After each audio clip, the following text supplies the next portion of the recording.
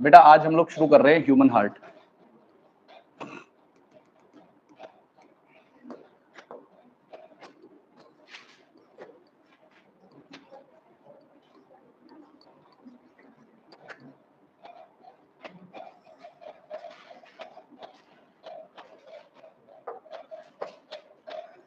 तो बेटा हार्ट एक thick muscular contractile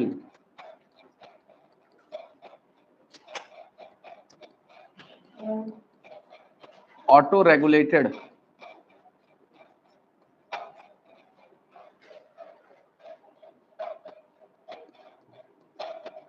pumping organ है ब्लड वस्कुलर सिस्टम का।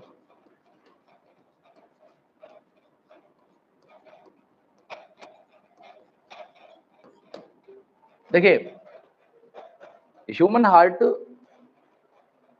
के अगर मैं कलर की बात करूं तो ये रेडिश ब्राउन कलर का होता है। ये रेडिश ब्राउन कलर का होता है। इसके अगर वेट की बात की जाए तो मेल के अंदर इसका वेट लगभग 300 ग्राम होगा, जो कि 0.40% ऑफ बॉडी वेट होता है। और अगर फीमेल के अंदर हार्ट के वेट की बात की जाए तो फीमेल हार्ट कंपैरेटिवली थोड़ा सा लोअर वेट का होता है, that is 0.45% of our body wait.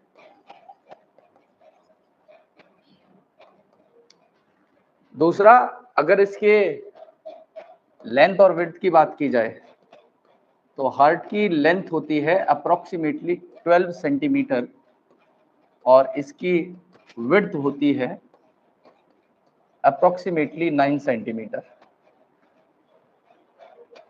Heart ऊपर की तरफ ब्रॉड होता है बेटा, अपर साइड में ब्रॉड होता है और लोअर साइड में आते हुए ये नैरो हो जाता है। कहने का मतलब ये है कि हार्ट इस तरीके से ऊपर की तरफ तो ब्रॉड है, चौड़ा है, लेकिन नीचे की तरफ इसकी थिकनेस या इसकी ब्रॉडनेस कम हो जाती है और नीचे की तरफ जो ये टिप बनती है इसकी, इसे हम लोग एपेक्स कहते हैं। ऐसे ये 9 सेंटीमीटर होगा और ऐसे ये अप्रोक्सीमेटली 12 सेंटीमीटर होगा। अब अगली बात ये है कि हार्ट को कवर करने के लिए, हार्ट को प्रोटेक्ट करने के लिए एक डबल लेयर पेरिकार्डियम होता है, 2 लेयर से बना हुआ पेरिकार्डियम होता है। बाहर वाले को पेराइटल पेरिकार्डियम कह देते हैं और अंदर वाले को विसरल पेरिकार्डियम कहते हैं। और एग्जैक्टली अगर मैं हार्ट की पोजीशन की बात करूं तो लंग्स के बीच में एक खाली जगह होती है जिसे मीडिया स्टेनम कहते हैं। उस मीडिया स्टेनम में ये लंग्स के, अच्छा हमारा जो लेफ्ट लंग होता है ना, राइट लंग के मुकाबले थोड़ा छोटा होता है। इसलिए होता है क्योंकि हार्ट स्लाइटली लेफ्ट की तरफ टिल्ट कर रहा होता है और जो लंग्स के बीच में खाली जगह रहती है उसे मीडिया स्टेनम कहते हैं और उसी मीडिया स्टेनम में ये हार्ट पोजीशन होता है या लोकेटेड होता है। तो अगर हार्ट की लोकेशन की बात की जाए तो ये मीडिया स्टेनम वो स्पेस है जो लंग्स के बीच में प्रेजेंट है। लंग्स के बीच में जो स्पेस मौजूद होता है उसे हम मीडिया स्टेनम कहते हैं। और हार्ट को प्रोटेक्ट करने के लिए या इसको कवर करने के लिए 2 लेयर का पेरिकार्डियम, या आप ऐसे कह सकते हो पेरिकार्डियल लेयर्स मौजूद होती हैं, जिसमें से 2 पेरिकार्डियल लेयर हैं। तो बाहर वाली पेरिकार्डियल लेयर को आउटर पेराइटल पेरिकार्डियम कहा जाता है। बाहर वाली को आउटर पेराइटल पेरिकार्डियम कहते हैं पेरिकार्डियम कहते हैं,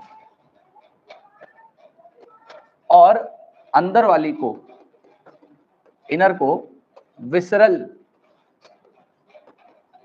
पेरिकार्डियम कहा जाएगा।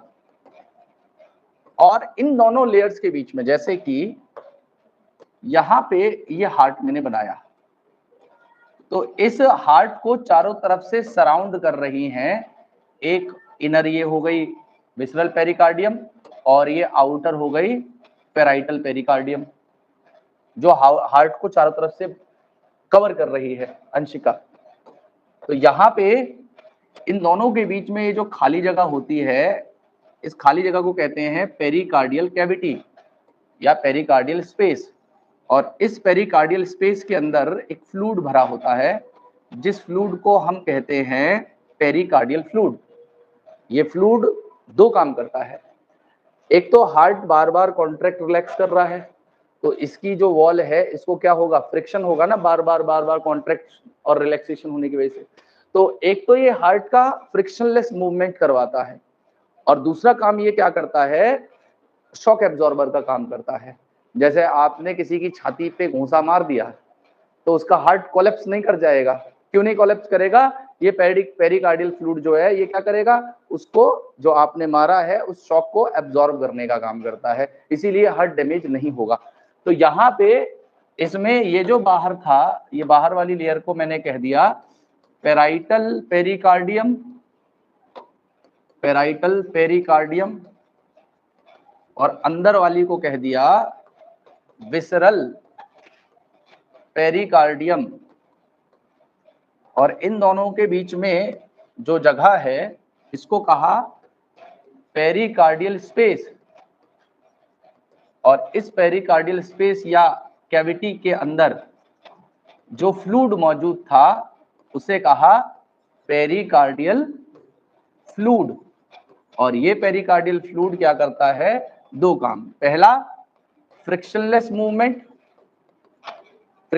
मूवमेंट ऑफ हार्ट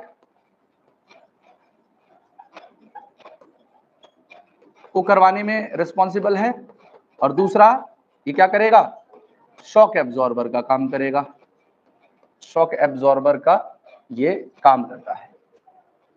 अब जो ह्यूमन हार्ट है, ह्यूमन हार्ट की बात की जाए तो वो 4 चैम्बर का होता है।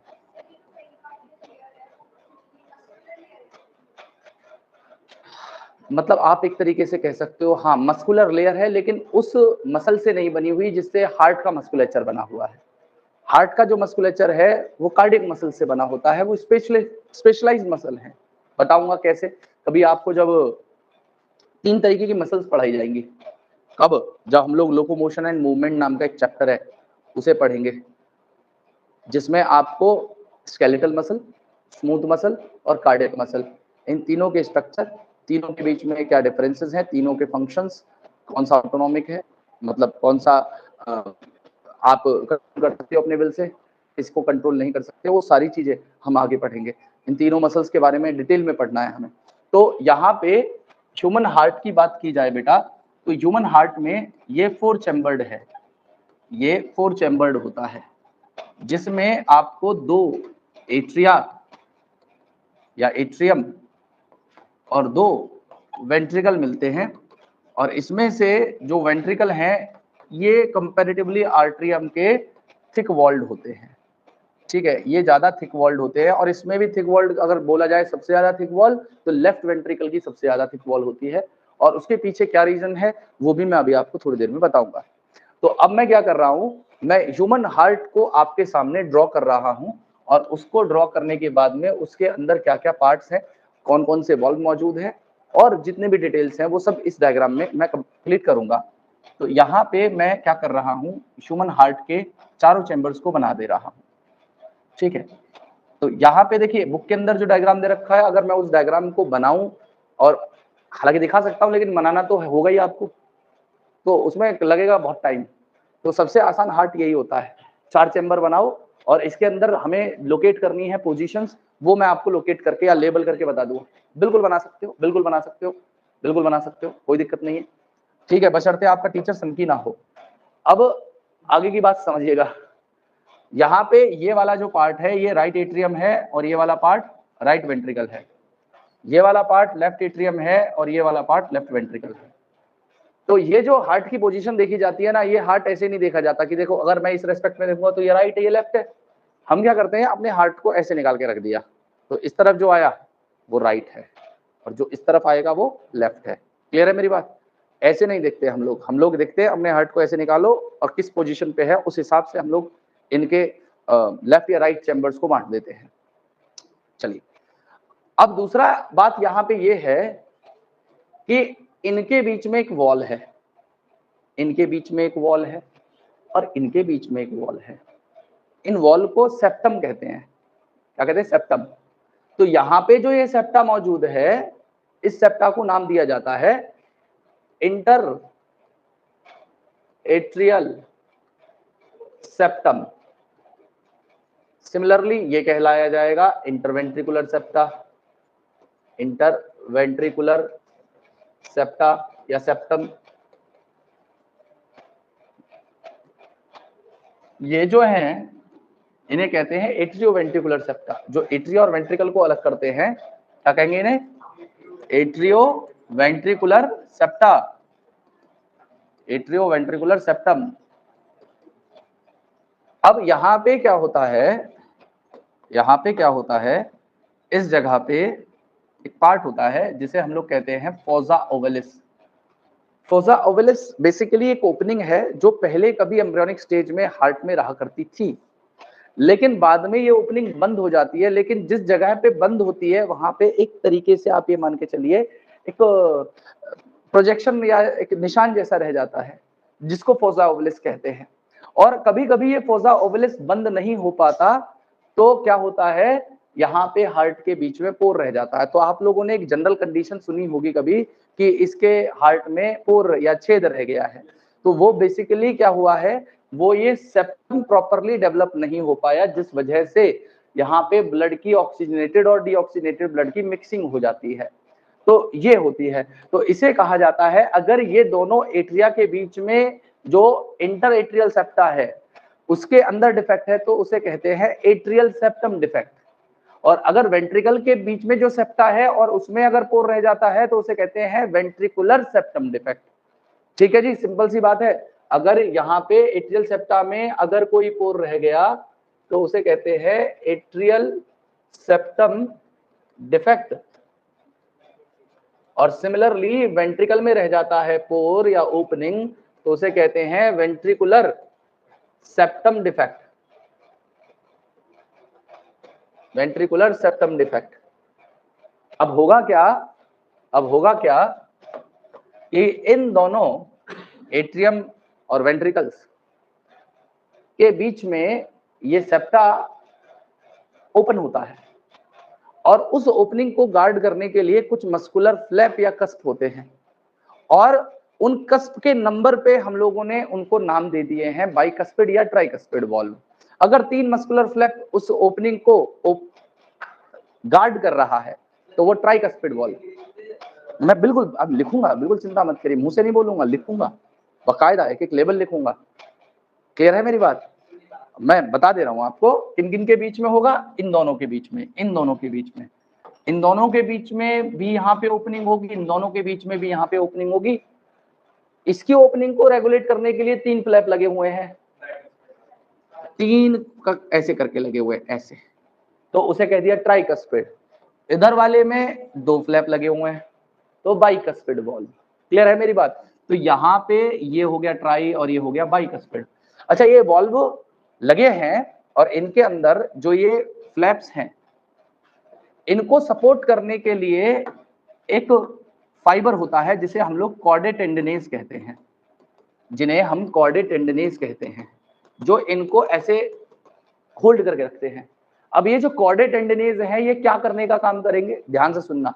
देखिए ये बने इस तरीके के हैं कि फॉर एग्जांपल यहाँ पे उदाहरण के तौर पे ये एट्रिया वेंट्रिकल हो गया, यहाँ पे ये वॉल्व है, यहाँ पे ये वॉल्व है। तो अब एक बात बताना मुझे आप,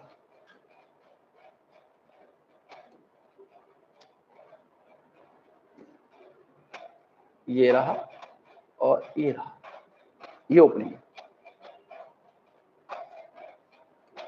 ये जो वॉल्व है ना ऐसे लगे, ऐसे ऐसे। तो इसमें क्या है कि जब एट्रिया कॉन्ट्रैक्ट करता है, एट्रिया की वॉल में जब कॉन्ट्रैक्शन होगा या सिस्टोल करेगा तो प्रेशर जनरेट होगा। सपोज करो इसको ऊपर से दबा रहा हूं मैं, तो वो प्रेशर किसके ऊपर पड़ेगा, इस जगह, इस जगह। तो ये वॉल्व क्या होंगे, ऐसे करके ओपन हो जाएंगे, हो जाएंगे। तो जो ब्लड एट्रिया का था वो किस में गिर जाएगा, वेंट्रिकल में गिर जाएगा। यहां तक की बात सही है। तो अब ऐसा तो नहीं है कि एट्रिया हमेशा कॉन्ट्रैक्शन करता रहेगा, अभी रिलैक्स भी होगा और वेंट्रिकल वाला पार्ट कॉन्ट्रैक्शन करेगा। अब जब वेंट्रिकल कॉन्ट्रैक्शन करेगा तो यहां पे भी दो वॉल्व लगे हुए हैं, सेमीलूनर वॉल्व। एओर्टा में लगा है तो सेमीलूनर वॉल्व को एओर्टिक वॉल्व कह देते हैं। अगर इधर लगा हुआ है पल्मोनरी आर्टरी में तो वो भी सेमीलूनर वॉल्व है, उसे हम लोग पल्मोनरी वॉल्व कह देते हैं, दूसरा नाम है उसका। अब देखो वेंट्रिकल जब इसने ब्लड फ्लो करा, प्रेशर यहाँ पे जनरेट जो हो रहा था वो कम हुआ, ये जो इंपल्स थी वो नीचे पहुंच चुकी है, ये वॉल्व वापस अपनी पोजीशन पे ऐसे चले गए, ब्लड गिराया और वापस अपने को बंद कर लिया। अब वेंट्रिकल जिसकी थिक वॉल है वो कॉन्ट्रैक्शन कर रहा है। अब अगर वो कॉन्ट्रैक्शन कर रहा है तो सबसे पहला काम ये होगा, देखो एट्रियल सिस्टोल के मुकाबले वेंट्रिकल सिस्टोल या कॉन्ट्रैक्शन ज्यादा स्ट्रॉन्ग या इंटेंस होता है, क्योंकि मेन यही प्रेशर जनरेट करता है। तो इसमें यह भी तो हो सकता है कि जब नीचे से प्रेशर वापस लगे तो ये वॉल्व ऐसे हो जाए, इस तरीके से खुल जाए उल्टे, और वापस ब्लड जो आया था एट्रिया से वो फिर से एट्रिया में ही चला जाए, बैकफ्लो हो जाएगा। तो जो कॉर्डे टेंडनेस थे ना वो क्या करते हैं, वो इनको यहां पे पकड़ के रखेंगे इनको, ताकि वॉल्व जो ऐसे खुल रहे थे वो वापस कोलैप्स ना हो जाए, ज्यादा प्रेशर होने की वजह से कोलैप्स ना कर जाए। कोलैप्स मतलब ऊपर ना खुल जाए, खुलने वो ऐसे हैं, फिर अपनी पोजीशन पे आगे ऐसे। अब ऊपर से आएगा तो ये ऐसे ओपन हो सकता, ऐसे उल्टा नहीं हो सकता, ऊपर की तरफ नहीं ओपन होने चाहिए। अब अच्छा ये ऐसे लगे हुए हैं तो इनको यहां से सपोर्ट करने के लिए बीच बीच में कॉर्डे टेंडनेस या फाइबर्स लगे हुए हैं जो इनको केवल एक डायरेक्शन में ही ओपन करवाने में मदद करेंगे। ऐसे नहीं ओपन होगा, ये ऐसे ही हो सकता है केवल नीचे की तरफ, ऊपर की तरफ कभी नहीं हो सकती ओपनिंग। ये काम है कॉर्डे टेंडनेस का, ताकि जब वेंट्रिकल कॉन्ट्रैक्शन हो तो ये वापस ब्लड अंदर ना जा सके इसके। क्लियर हो रही है मेरी बात सभी को? तो यहाँ पे इनको सपोर्ट करने वाले मैंने कुछ फाइबर्स बना दिए और इन्हें मैंने नाम दे दिया कॉर्डे टेंडिनेस, और इन वॉल्व्स को भी नाम दे देते हैं भाई। ये वॉल्व बाइकस्पिड वॉल्व कहलाएगा, इसका दूसरा नाम है मित्रल वॉल्व। ये हो जाएगा यहाँ पे ट्राइकस्पिड वॉल्व, ये हो गया यहाँ पे ट्राइकस्पिड वॉल्व या एट्रियो वेंट्रिकुलर वॉल्व पे इन्हें नाम दे देते हैं, एट्रियो और वेंट्रिकल के बीच में इसलिए। अब आती है दो वॉल्व हो गए, दो वॉल्व, एक इधर लगा होगा एक इधर, तो लगा देते हैं। आइए, यहां से हमारी लार्जेस्ट आर्टरी जा रही है, उसको गार्ड कर रहा है एक और वॉल्व, हंसिका इधर देख लेगी, इधर ये जो वॉल्व यहां पे लगा हुआ है ये एओर्टा के पास लगा हुआ है। तो ये जो वॉल्व है इसे सेमीलूनर भी कहते हैं। सेमीलूनर मतलब हाफ मून शेप, सेमीलूनर मतलब हाफ मून, सेमी मतलब हाफ, लूनर मतलब मून, तो सेमीलूनर वॉल्व इसको नाम दे दिया। यहाँ पे ये हो गया सेमी लूनर वॉल्व या एओर्टिक वॉल्व। यहां से एक वॉल्व जाएगा, ये वॉल्व कहलाएगा, ये इसका नाम भी सेमीलूनर ही है, ये भी सेमीलूनर ही है, लेकिन पल्मोनरी आर्टरी में लगा हुआ है इसलिए पल्मोनरी वॉल्व कहते हैं। ये दोनों का काम है बैकफ्लो ऑफ ब्लड को बचाना। कैसे? ये भी कैसे खुलेगा? ये है, ऐसे लगा हुआ है, उल्टा लगा दिया मैंने, ऐसे, इस तरीके से। तो ये क्या होगा, इधर से जब ये वेंट्रिकुलर कॉन्ट्रैक्शन होगा तो ये ऐसे खुल जाएगा, ऐसे। लेकिन जब जैसे जैसे वेंट्रिकुलर प्रेशर कम होगा तो ब्लड वापस आना शुरू करेगा, और जब ब्लड वापस आना शुरू करेगा तो ये अपनी पोजीशन से वापस उसी पोजीशन पे आ जाएगा जो उसकी नॉर्मल पोजीशन हुआ करती थी। क्लियर है मेरी बात? तो ये बैक फ्लो ऑफ ब्लड को बचाएगा, इधर वाला ऑक्सीजनेटेड ब्लड के बैक फ्लो को, इधर वाला डीऑक्सीजनेटेड ब्लड के बैक फ्लो को। चलिए, बहुत अच्छी बात है। अब क्या होगा, यहां पे लंग से आ रहा होगा ऑक्सीजनेटेड ब्लड, तो इसको क्या नाम दे देंगे? पल्मोनरी वेन है। पल्मोनरी आर्टरी तो ये जा रही है, ये जा रही है पल्मोनरी आर्टरी, तो जिसमें पल्मोनरी वॉल्व लगा हुआ है। अब उल्टा नाम होता है बेटा इनका, एक्सेप्शन है ये इकलौती ऐसी वेन है जो ऑक्सीजनेटेड ब्लड ला रही है, ये इकलौती ऐसी आर्टरी है जो डीऑक्सीजनेटेड ब्लड ले जा रही है। यही एक्सेप्शन है, बस एक्सेप्शन है, 10th में ही पढ़ा होगा आपने। अब दूसरी बात ध्यान से सुनिएगा, ये जो पॉइंट था इसे मैंने नाम दिया था फोजा ओवेलिस, फोजा ओवेलिस। अब डीऑक्सीजनेटेड ब्लड राइट एट्रियम में लाने का काम कौन करेगा? तो लार्जेस्ट वेन होती है हमारी वेना केवा। अब वो जो वेना केवा है वो भी दो तरीके की है, सुपीरियर और inferior. Superior upper body part से लेके जाएगी ब्लड को, और इंफीरियर लोअर बॉडी पार्ट से लेके जाएगी। वो दोनों ही ओपन हो जाएंगे किसमें? राइट एट्रियम में। क्लियर है मेरी बात? तो यहाँ पे वेना केवा ऊपर वाली सुपीरियर कर दे रहा हूँ, नीचे वाली इंफीरियर कह रहा हूँ। अच्छा, इंफीरियर वेना केवा में एक वॉल्व होता है, उसे कहते हैं स्टेचियन वॉल्व। यहाँ पे ये ऊपर वाली में नहीं है, सुपीरियर वेना केवा में नहीं है, सुपीरियर वेना केवा में कोई वॉल्व नहीं है, लेकिन इंफीरियर वेना केवा में, इंफीरियर वेना केवा में यहाँ पे एक वॉल्व है जिसे मैं कह रहा हूं स्टेचियन वॉल्व। अब देखो, बॉडी को ब्लड पहुंचाने के लिए जितनी भी आर्टरी वेन हो सकती थी वो सब बना दिए, aorta, pulmonary artery, vena cava, pulmonary vein, सब बन गए। हार्ट जो लगातार फंक्शन कर रहा है कंटिन्यूसली, बिना रुके, 24/7, हर एक सेकंड, उसको सबसे ज्यादा रिक्वायरमेंट है ब्लड की, ऑक्सीजनेटेड ब्लड की, क्योंकि सबसे ज्यादा तो रेस्पिरेशन वही करेगा, रेस्पिरेटरी रेट बहुत ज्यादा होगा हार्ट का, तो क्योंकि उसकी तो मसल को लगातार एनर्जी की रिक्वायरमेंट है। तो उसके पास में भी तो ऑक्सीजनेटेड ब्लड और डीऑक्सीजनेटेड ब्लड को वापस लाने के लिए और ऑक्सीजनेटेड ब्लड को ले जाने के लिए आर्टरी या वेन होनी चाहिए। तो वो आर्टरीज और वेन्स जो हार्ट के मस्कुलेचर तक ऑक्सीजनेटेड ब्लड को ले जाती हों, उन्हें तो हम नाम देते हैं कोरोनरी आर्टरी, और जो वापस लाती हों उन्हें कहते हैं कोरोनरी वेन। तो कोरोनरी वेन जो डीऑक्सीजनेटेड ब्लड हार्ट की वॉल से, पूरी हार्ट मस्कुलेचर से जो डीऑक्सीजनेटेड ब्लड को कलेक्ट करके लाती है, वो सारी वेन्स मर्ज करके एक बड़ी वेन बनती है और उसको कहते हैं कोरोनरी साइनस। और वो कोरोनरी साइनस इस राइट एट्रियम में ओपन होता है। कोरोनरी साइनस राइट एट्रियम में, जिस तरीके से देखो यहां से डीऑक्सीजनेटेड ब्लड आ रहा था, यहां से डीऑक्सीजनेटेड ब्लड इसी में आ रहा है, तो डीऑक्सीजनेटेड ब्लड ही वो लेके आ रहा है हार्ट मस्कुलेचर से। कोरोनरी वेन ने मर्ज किया और एक बड़ी वेन बनाई जिसको कोरोनरी साइनस कह दिया, और वो कोरोनरी साइनस कहां पे ओपन हो गया? राइट एट्रियम में। तो यहां पे ओपन हो जाता है कोरोनरी साइनस,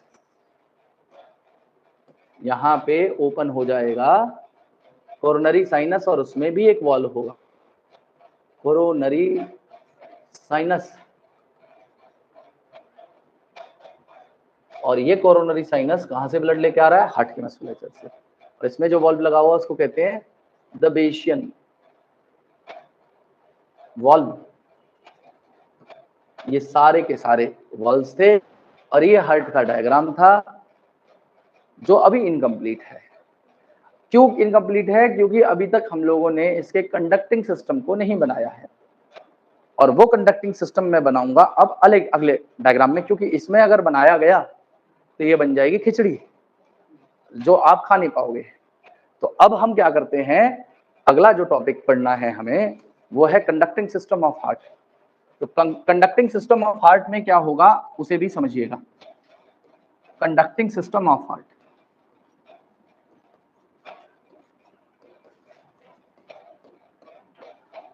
अच्छा ये किस चीज के कंडक्शन की बात कर रहे हैं?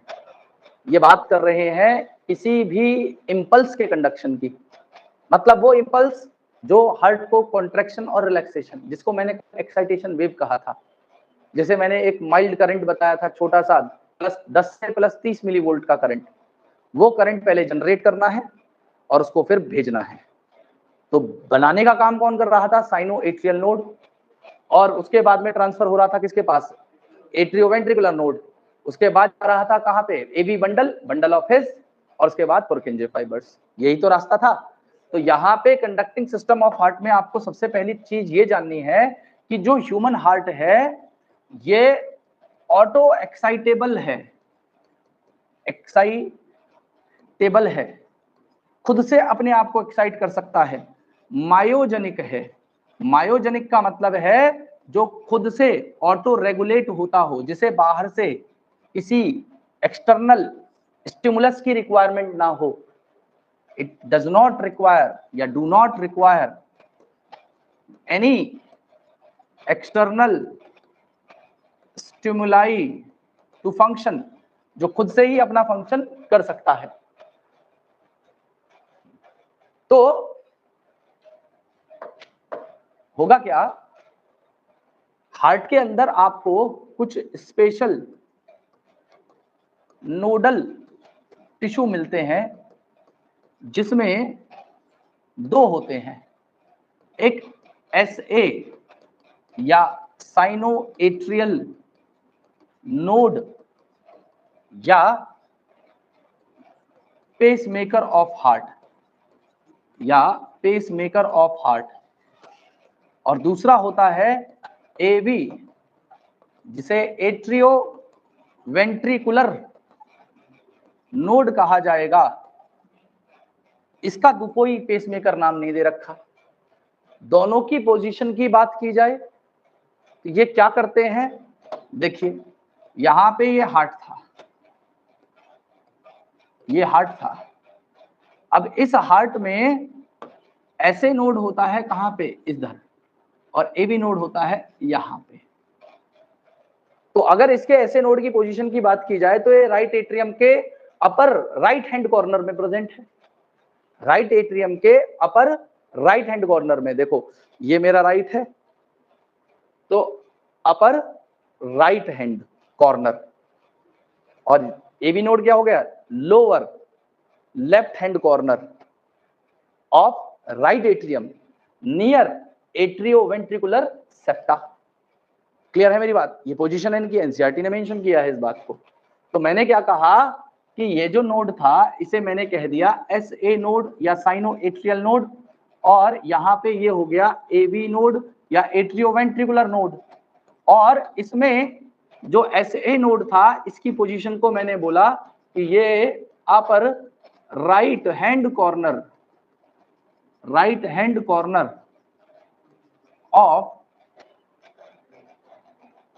ऑफ राइट एट्रियम होगा। और AB नोड की पोजीशन की बात करी जाए तो ये lower left hand corner of right atrium near atrioventricular septa, near atrioventricular septa. मौजूद है। अब ये जो ऐसे नोड होता है जिसे मैं पेसमेकर भी कह रहा हूं, यही पेसमेकर क्या करता है, ये इंपल्स जनरेट करता है और उस एक्साइटेशन वेव या कार्डिक इंपल्स या बीट कह लीजिए, उसको जनरेट करके ये पहले भेजता है किसके पास में, एवी नोड के पास में।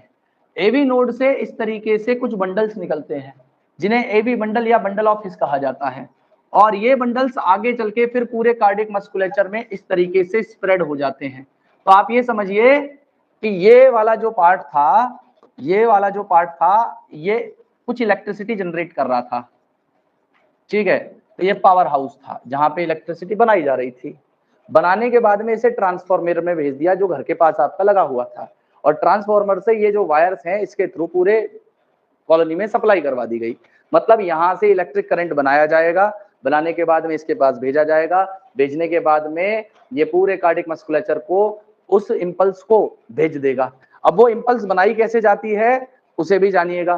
देखिए समझिएगा ध्यान से, इसे मैं नाम दे रहा हूं यहाँ पे एबी बंडल या बंडल ऑफ हिस, इन्हें मैं क्या कह रहा हूं, परकिंजे फाइबर्स, जो पूरे हार्ट के अंदर उसे फैला देंगे। देखिए कुछ टर्म हैं जो आपको जानने हैं। जब हार्ट कॉन्ट्रैक्ट नहीं कर रहा होता तो उसको कहा जाता है रेस्टिंग स्टेट। तो रेस्टिंग स्टेट पे हर एक सेल का अपना मेम्ब्रेन पोटेंशियल होता है। मतलब आपकी नॉर्मल सेल का भी है, आपकी नर्व सेल का भी है।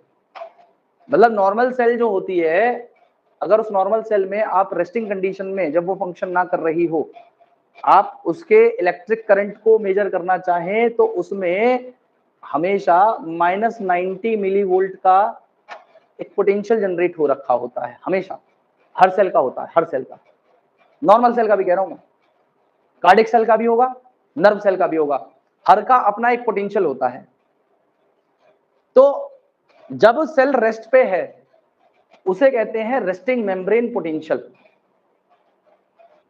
क्या कहेंगे उसे, रेस्टिंग मेम्ब्रेन पोटेंशियल। और जब वो कॉन्ट्रैक्शन करना चाहेगा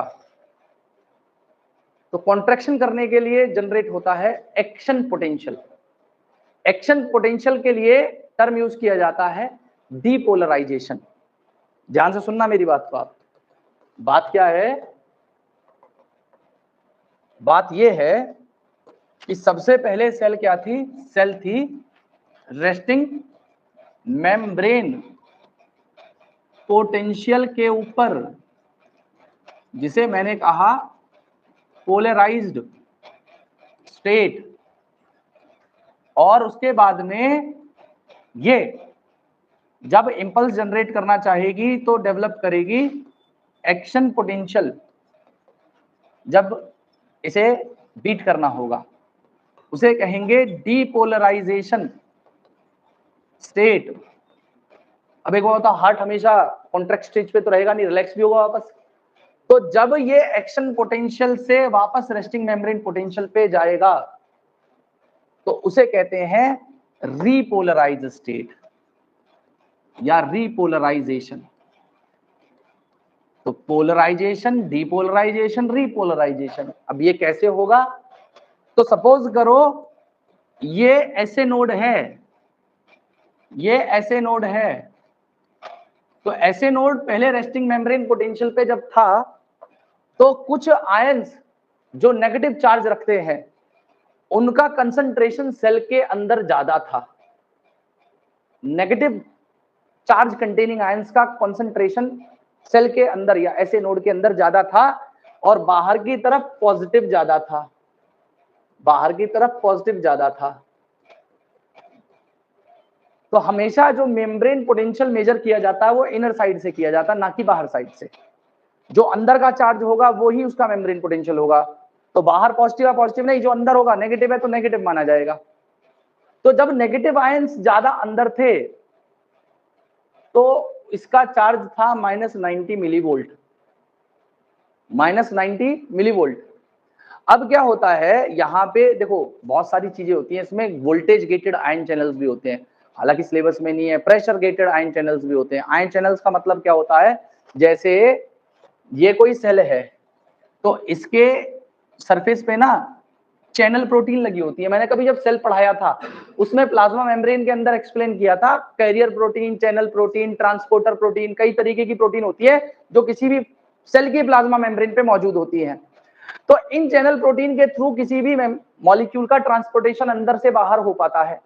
तो यहाँ पे ये जो आयन चैनल्स होते हैं, आयन चैनल का मतलब वो चैनल जो आयंस का ट्रांसपोर्ट करवा सकते हो, ये आयन चैनल भी स्पेसिफिक होते हैं कि पोटेशियम को ले जाने वाले अलग होंगे, सोडियम को ले जाने वाले अलग होंगे, क्लोराइड को ले जाने वाले अलग होंगे, सबके अपने अपने रोल हैं। और ये हमेशा ओपन क्लोज होते रहते हैं according to requirement of cell, कि किस चार्ज की अंदर ज्यादा रिक्वायरमेंट है उस हिसाब से वो आयन का ट्रांसपोर्टेशन अंदर बाहर चलता रहेगा। तो यहाँ पे क्या होता है, एक फनी आयन चैनल्स कहा जाता है जिन्हें पोटेशियम आयन चैनल कहते हैं, वो हमेशा ना ओपन रहते हैं। उसमें क्या होता है, थोड़ा थोड़ा पोटेशियम एक आध मॉलिक्यूल अंदर की तरफ चला जाता रहता है, जाता रहता है। अब पोटेशियम के ऊपर क्या चार्ज है, प्लस प्लस, एक सिंगल। कैल्शियम के ऊपर कितने होते हैं, दो प्लस होते हैं। तो ज्यादा पॉजिटिव कौन है, कैल्शियम। खैर कैल्शियम का यहाँ पे रोल नहीं पड़ेंगे, कैल्शियम का कहीं और रोल है। यहाँ पे कल मैं बताना चाह रहा हूँ आयन के ऊपर जो चार्ज है वो डिसाइड करेगा चार्ज को। आ रही है मेरी बात समझ में आपको। तो यहाँ पे ये पोटेशियम अंदर चलता धीरे धीरे अमाउंट में जा रहा। तो जब थोड़ा सा पॉजिटिव चार्ज अंदर इकट्ठा हो गया, मतलब जैसे सपोज करो, एक बात बताओ मुझे आप, -90 था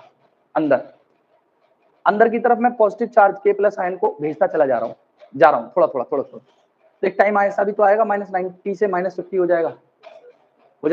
अब ये कहना कि इनमें से कौन सा ज्यादा है, तो ये ज्यादा है ये कम है, माइनस में जब तक जीरो पे नहीं पहुंचेगा।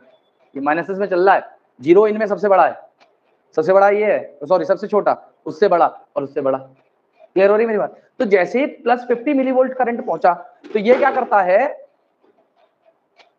पेन के क्यों नहीं बैठ जाता है इसको, तो पेन के बैठ जाना इसे। उस दिन भी तरह गिराया था, 10 बार बतानी पड़ेगी। तो साइड में रख रखा था तो क्यों गिर जा, और बेंच पे जगह नहीं है, यहाँ इतनी खाली जगह पड़ी है।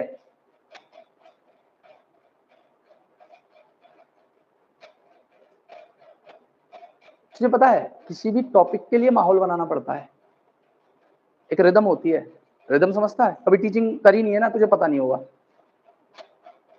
आपको किसी चीज को समझाने के लिए उसका एक आधार तैयार करना पड़ता है, तब जाके वो चीज समझ में आती है। ऐसे नहीं समझाई जा सकती, और ऐसे समझाई जा रही होती तो दुनिया समझा रही होती। यार यहाँ पे मैं कंटिन्यूअसली पिछले जितनी देर से बैठा हूं, मैं एक बार भी चुप नहीं हूं, एक वर्ड के लिए, एक सेकंड के लिए चुप नहीं हुआ हूं। मैं कंसिस्टेंटली अपनी बात को डिलीवर कर रहा हूं, कंसिस्टेंटली। तो यार आप इतना तो ध्यान रख सकते हो ना कि हेलमेट ना गिरे। हमने भी रख रखा, देखो वहां रखा हुआ, हमारा भी रखा है, पीछे भी रख सकते हो, खाली जगह बहुत सारी है। उसे अपनी गोद में ही लेके रखना जरूरी है, कोई नहीं भागेगा। पहले तो इधर आ जाओ, किसको इधर, और बैग को उधर रखो, बैग को भी बगल में दबा के रख रखा है। फिर बोतल गिरा दी होगी थोड़ी देर में। गलती है या नहीं है नहीं यार, वो मेरा टॉपिक खराब कर दिया। अब की बार हेलमेट गिरा तुझे मैं पीट दूंगा पकड़ के, ध्यान रखियो। तो मैंने बोला कि जब पोटेशियम इसके अंदर गया तो अंदर क्या हुआ, -90 से -50 मिलीवोल्ट हो गया। और जैसे ही -50 मिलीवोल्ट हुआ तो एक होते हैं जिन्हें कह रहा हूं मैं वोल्टेज गेटेड आयन चैनल। मतलब वो चैनल ऐसे हैं जो एक स्पेसिफिक वोल्टेज का इंतजार करते हैं, कि जब -90 था तो ये नहीं खुले हुए थे, लेकिन जैसे ही -50 मिलीवोल्ट या -55 मिलीवोल्ट आया वो एकदम खुल जाएंगे। और जैसे ही वोल्टेज आयन, देखो पहले पोटेशियम ने इस आयन चैनल को खोला, वोल्टेज गेटेड को, अब रैपिड अमाउंट में बहुत सारा पॉजिटिव चार्ज इसके अंदर चला जाएगा। और जैसे ही बहुत सारा पॉजिटिव इसके अंदर रश करेगा तो अंदर का जो चार्ज नेगेटिव था वो अब क्या हो जाएगा, पॉजिटिव हो जाएगा। और जब वो पॉजिटिव हो जाएगा, मतलब जब नेगेटिव से वो पॉजिटिव की तरफ बढ़ा, तो अंदर की तरफ जब बहुत सारे पॉजिटिव चार्ज आयंस अंदर पहुंचे तो बाहर के मुकाबले अंदर का जो चार्ज है वो ज्यादा पॉजिटिव हो गया, और जब वो पॉजिटिव हुआ तो उसी कंडीशन को डीपोलराइजेशन कहा जाता है और इसी को एक्शन पोटेंशियल कहते हैं। और इस पे अगर आप चार्ज मेजर करोगे किसी सेल का तो ये +10 से लेके +30 मिलीवोल्ट तक हो जाएगा, और यही एक इंपल्स है, यही वो कार्डिक इंपल्स है जो इस जगह पे बन रही थी, और ये 30 मिलीवोल्ट बनने के बाद में ट्रेवल होना शुरू होगा इसके थ्रू, कंडक्टिंग टिश्यूज के थ्रू या इन फाइबर्स के थ्रू, और एबी नोड के पास पहुंचेगा। तो जहां जहां ये ट्रेवल कर रहा होगा वहां वहां हार्ट कॉन्ट्रैक्ट कर रहा होगा, सिस्टोल कर रहा होगा। तो एट्रियम में पहले स्प्रेड होगा तो इसलिए एट्रिया पहले सिस्टोल कर देगा, फिर उसके बाद में वो वेंट्रिकल्स की तरफ बढ़ेगा और पूरे वेंट्रिकल के अंदर या वेंट्रिकुलर मस्कुलेचर के अंदर ये स्प्रेड हो जाएगा, जिसके बाद में वेंट्रिकल कॉन्ट्रैक्ट करेगा या सिस्टोल कर देगा। अब लेकिन एक बात बताओ, ये हमेशा एक्शन पोटेंशियल पे तो रहेगा नहीं, वापस उसे रेस्टिंग मेम्ब्रेन पोटेंशियल पे भी आना पड़ेगा। तो रेस्टिंग मेम्ब्रेन पोटेंशियल पे आने के लिए इसे क्या करना पड़ेगा, इसे अपने पॉजिटिव चार्ज को फिर से बाहर भेज देना पड़ेगा, और जब अपने पॉजिटिव चार्ज को बाहर भेजेगा तो उस कंडीशन को क्या कहेंगे, रीपोलराइजेशन। तो पोलराइज स्टेट में रेस्टिंग की स्टेट थी, एक्शन पोटेंशियल डीपोलराइज स्टेट थी, और वापस जब वो जाएगा रेस्टिंग मेम्ब्रेन पोटेंशियल पे तो वो रीपोलराइज स्टेट थी। पोलराइज, डीपोलराइज, रीपोलराइज, सीक्वेंस याद कर लीजिएगा, रेस्टिंग मेम्ब्रेन पोटेंशियल या रेस्टिंग पोटेंशियल फिर एक्शन पोटेंशियल फिर रेस्टिंग पोटेंशियल फिर एक्शन पोटेंशियल, यही लगातार चलता रहेगा।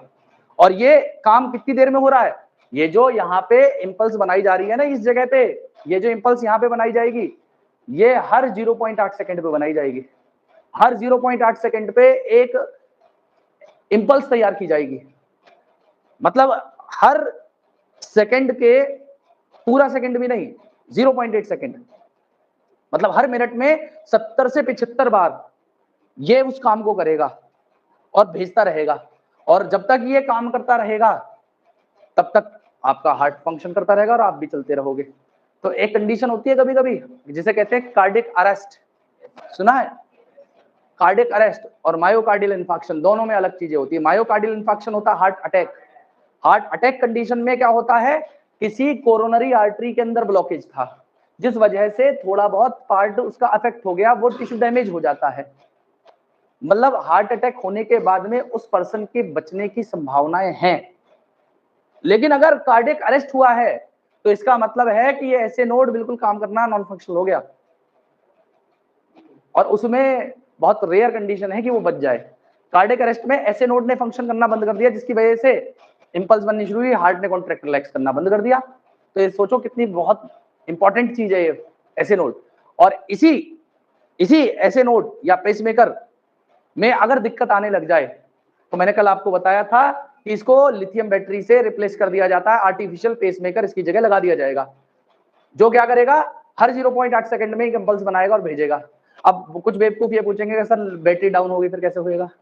अरे उसको सब रेगुलेट किया जाता है, आजकल सिस्टम है, सारा चीजें मॉनिटर होती है। आप घर पे बैठे हो तो आपके डॉक्टर जो होंगे उनके पास में उनका जो आईपैड होगा, जो भी होगा, वो हर चीज उसको रेगुलेट कर रही होगी, सारी चीजों का रेगुलेशन उनके पास में होता है। तो जब भी कोई, और आपको रेगुलर विजिट रहती है, ऐसा नहीं है कि आप एक बार ऐसे नोड आर्टिफिशियल पेसमेकर लगवा दिया वाला छुट्टी जिंदगी भर की हो गई, नहीं, आपको रेगुलर उनके पास जाना पड़ेगा। जब उसका लगेगा टेंशन खत्म हो रहा है तो उसके बाद में उसे रिप्लेस करेंगे, ठीक है। तो यहाँ पे ये रहा आपका कंडक्शन या conducting part of heart. Clear है मेरी बात सभी को? चलिए, बहुत अच्छी बात है। हाँ, मतलब एक तरीके से आप ये कह सकते हो, जो इलेक्ट्रिक शॉक दिए जाते हैं ना, वो होता है कि मेम्ब्रेन पोटेंशियल वापस आ जाए, मेम्ब्रेन पोटेंशियल आ जाए, जिससे हो सकता है कि वो उसका हार्ट फिर से बीट करने लग जाए। वो भी करते हैं ना वो सीपीआर में भी यही, उसके हार्ट को ही तो प्रेस करा जाता है कि वो शायद फिर से कॉन्ट्रैक्ट करने लग जाए सीपीआर से। हाँ, इफेक्टिव हो जाए, कभी कभी इफेक्टिव होता है। अगर किसी के अचानक से, जैसे स्पोर्ट्स में होता है जनरली ऐसा, जैसे बहुत तेज कोई भाग रहा है और किसी को उछल के घुटना लग गया, किसी को, मर जाते हैं बहुत सारे फुटबॉलर्स ऐसे मरे, रग्बी प्लेयर भी मर जाते हैं, तो उनको सीपीआर देके बचाया जा सकता है। हो जाती है, डेथ हो जाती है, फील्ड के ऊपर डेथ होती है ऐसी, और वो कार्डियक अरेस्ट के कारण ज्यादातर होती है, ज्यादातर कार्डियक हार्ट फेलियर। हाँ, कार्डियक अरेस्ट का मतलब है हार्ट फेलियर का होना। और जो है मायोकार्डियल इन्फेक्शन का मतलब है हार्ट अटैक होना, ठीक है। मतलब इसमें हार्ट अपने आप काम करना एक टाइम पे बंद कर दे किसी कारण। मेसोडर्मली डिराइव्ड एक ऑर्गन था जो मीडियास्टेनम, ये जो पोजीशन है मीडियास्टेनम कहला रही है। डबल लेयर पेरिकार्डियल होता है, पेरिकार्डियल स्पेस दोनों मेम्ब्रेन के बीच में होता है और उसमें एक पेरिकार्डियल फ्लूइड भरा होता है जो हार्ट वॉल और सराउंडिंग टिश्यूज के बीच में फ्रिक्शन को रिड्यूस करने का काम करेगा। हार्ट के 4 चैम्बर हैं, 2 ऑरिकल, 2 वेंट्रिकल और कार्डियक मसलर होती है। जो वेंट्रिकल की मच थिकर होती है एट्रिया के मुकाबले, क्यों? क्योंकि ज्यादा कॉन्ट्रेक्शन बॉडी पार्ट्स तक ब्लड को कौन भेज रहा है? वेंट्रिकल। एट्रिया को तो केवल वेंट्रिकल के अंदर ही तक ही तो भेजना है, वो भी इसके नीचे लगा हुआ है। और लेफ्ट वेंट्रिकल को तो सबसे ज्यादा काम करना है, इसलिए लेफ्ट वेंट्रिकल की वॉल सबसे ज्यादा थिक होती है, ठीक है। तो एट्रिया सेपरेटेड होता है इंटर एट्रियल सेप्टम से, वेंट्रिकल सेपरेट होते हैं इंटरवेंट्रिकुलर सेप्टम से। और दूसरा बता रखा है कि एट्रिया और वेंट्रिकल के बीच में एक थिक फाइब्रस एट्रियोवेंट्रिकुलर सेप्टम होता है, मतलब जो एट्रिया और वेंट्रिकल को अलग अलग करेगा। तो एक ट्राइकस्पिड वॉल्व जिसमें 3 मस्कुलर फ्लैप या कस्प होते हैं, वो राइट एट्रियम और राइट वेंट्रिकल को गार्ड करेगा। और एक बाइकस्पिड या मिट्रल वॉल्व होगा जो गार्ड करेगा किसको? जो ओपनिंग है लेफ्ट एट्रियम और लेफ्ट वेंट्रिकल के बीच की। इसके अलावा ट्राइकस्पिड और बाइकस्पिड वॉल्व अलाउ करते हैं ब्लड का फ्लो एक ही डायरेक्शन में, वापस ब्लड नहीं जा सकता, ऊपर से नीचे जा सकता है, वेंट्रिकल से वापस एट्रिया में नहीं आएगा। और राइट वेंट्रिकल में एक ओपनिंग होती है जिसमें पल्मोनरी आर्टरी, और लेफ्ट वेंट्रिकल के पास में एक ओपनिंग होती है जिसे एओर्टा कहते हैं। राइट वेंट्रिकल में पल्मोनरी आर्टरी और लेफ्ट में एओर्टा, और इनको भी कौन गार्ड कर रहा है? सेमिलूनर वॉल्व। और ये भी क्या कर रहा है? बैकवर्ड फ्लो ऑफ ब्लड को प्रिवेंट करने का काम कर रहा है। ये हार्ट का डायग्राम रहा। अब कंडक्टिंग सिस्टम में लिखा हुआ है कि इसमें नोडल टिश्यूज, बंडल और फाइबर्स होते हैं। और nodal tissues specialised cardiac musculature है जो हार्ट वाल में होते हैं। 2 टाइप के हैं, साइनोएट्रियल नोड जो आपका right upper corner of right atrium में प्रेजेंट होगा, atrioventricular node lower left corner of right atrium में जो क्लोज होता है किसके? एट्रियोवेंट्रिकुलर सेप्टा के। अब इन्होंने बताया कि एबी नोड के पास में जो फाइब्रस एट्रियोवेंट्रिकुलर बंडल है वो पासेस होता है एट्रियोवेंट्रिकुलर सेप्टा से और डिवाइड हो जाता है लेफ्ट और राइट ब्रांच में। और उसके बाद में हर ब्रांच पास करती है वेंट्रिकुलर वाल को अलोंग इट्स साइड, और उसके बाद में वो ब्रेकअप हो जाती है माइन्यूट फाइबर में, जिन्हें हम लोग क्या कहते हैं? Purkinje fibres. और ये fibre along with the bundle is are known as bundle of His. Clear है मेरी बात सभी को? तो देखिए यहाँ पे ऐसे नोड था, यहाँ पे एबी नोड था, इससे ये बंडल्स निकल रहे हैं। देखो ये बंडल स्पेशल जा रहा है लेफ्ट साइड में, जिसे बैकमैन बंडल कहा गया। बैकमैन बंडल क्या करेगा? राइट वेंट्रिकल को स्ट्रॉन्ग कॉन्ट्रैक्शन ज्यादा देने में मदद करता है। और उसके बाद में ये देखिए ये एबी बंडल गया, एबी बंडल 2 ब्रांच में बट गया, उसके बाद में ये कंडक्टिंग पाथवेज बट गए और इन्हें क्या कह दिया? परकिंजे फाइबर्स कह दिया। फिर उसके बाद में क्या बताया हुआ है कि नोडल टिश्यूज जनरेट करते हैं एक एक्शन पोटेंशियल को जो बिना किसी एक्सटर्नल स्टिमुलाई के होगा। मतलब हार्ट को कोई भी टिश्यू या हम नहीं बताएंगे कि भाई हार्ट आप ऐसा करो, हार्ट अपने आप उस काम को कर रहा है, इसीलिए उसे क्या कह रहे हैं? Auto excitable, self excitable. और बताया गया कि ऐसे नोड इनिशिएट करता है और मेंटेन करता है कॉन्ट्रैक्शन को हार्ट के और जनरेट करता रहता है action potential 70 to 75 times per minute, इसीलिए हम इसे क्या कह रहे हैं? Pacemaker of the heart. सभी को मेरी बात क्लियर है? पक्का? अब कुछ पॉइंट्स को पहले आप मेरा वाला लिखेंगे।